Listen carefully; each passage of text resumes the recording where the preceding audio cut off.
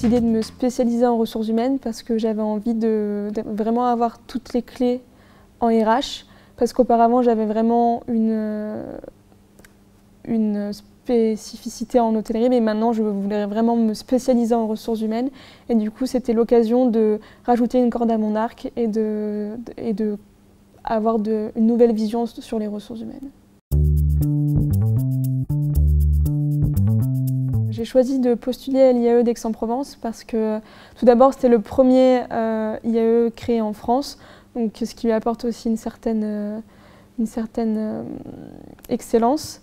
À côté de cela, c'est vrai que spécifiquement pour le master RH, qui s'appelle le MSc Ressources humaines et relations, on a vraiment une vision différente sur les ressources humaines en fonction de chaque intervenant, parce qu'on a à la fois des professionnels mais également des professeurs d'université. Donc c'est vrai que ça nous permet d'avoir différents points de vue et de pouvoir se forger notre propre personnalité en ressources humaines. Également, ce qui est bien dans le master des ressources humaines à l'IAE d'Aix-en-Provence, c'est qu'on n'apprend pas uniquement à connaître les autres, mais aussi à se connaître soi-même à travers différents tests de personnalité, donc qui nous permettent de vraiment apprendre à se connaître soi, et donc du coup de savoir progresser par rapport à notre personnalité et d'aller de l'avant.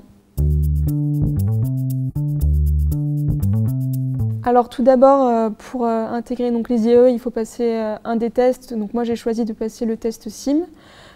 Du coup j'ai passé le test en mars et j'ai commencé à le préparer deux mois avant, afin de vraiment pouvoir avoir cette logique qui est demandée par exemple dans les maths ou travailler un peu la culture générale. Donc après, à mon avis, si on travaille de manière assez régulière, on peut avoir des résultats assez probants au sujet donc, du test SIM. Par la suite, concernant l'IAE d'Aix-en-Provence, on doit postuler en ligne. Donc c'est vrai que c'est quelque chose d'assez facile parce que maintenant on fait tout par ordinateur. Donc c'est quelque chose qui est plutôt bien pour pouvoir centraliser toutes les données. Par la suite, j'ai donc pu avoir un entretien à l'IAE qui s'est donc révélé être 2 entretiens. Donc un premier avec le directeur de master, donc ce qui permet vraiment de nous éclairer sur les propres questionnements concernant l'alternance ou encore le rythme de vie à l'IAE. Donc c'est vrai que c'est quelque chose de bien pour nous mettre en confiance. Et après un second entretien avec différentes personnes, donc des personnes de formation continue ou des anciens élèves, qui là cherchaient plus à savoir mon projet professionnel. Donc c'était quelque chose c'était plus un échange qu'un entretien, donc c'est vrai que c'était bien. Et également une petite partie en anglais pour voir le niveau, si tout va bien. J'ai une formation de gestion en hôtellerie, donc c'est vrai que j'ai une vision assez réduite du management.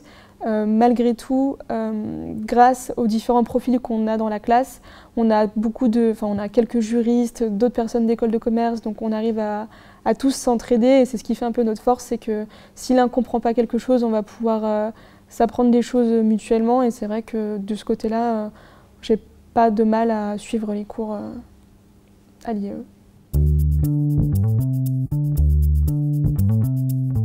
Oui, je me sens prête à intégrer le monde professionnel, d'autant plus que j'ai trouvé une alternance qui rentre donc dans le rythme de l'IAE au sein d'un hôtel en Corse en tant qu'assistante ressources humaines.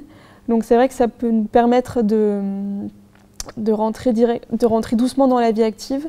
Et concernant ma mission d'alternance, donc c'est quelque chose de très professionnalisant qui a pour objectif donc, de me faire avoir une vision assez globale des ressources humaines, qui passe donc par le recrutement, de la formation, mais aussi des missions administratives.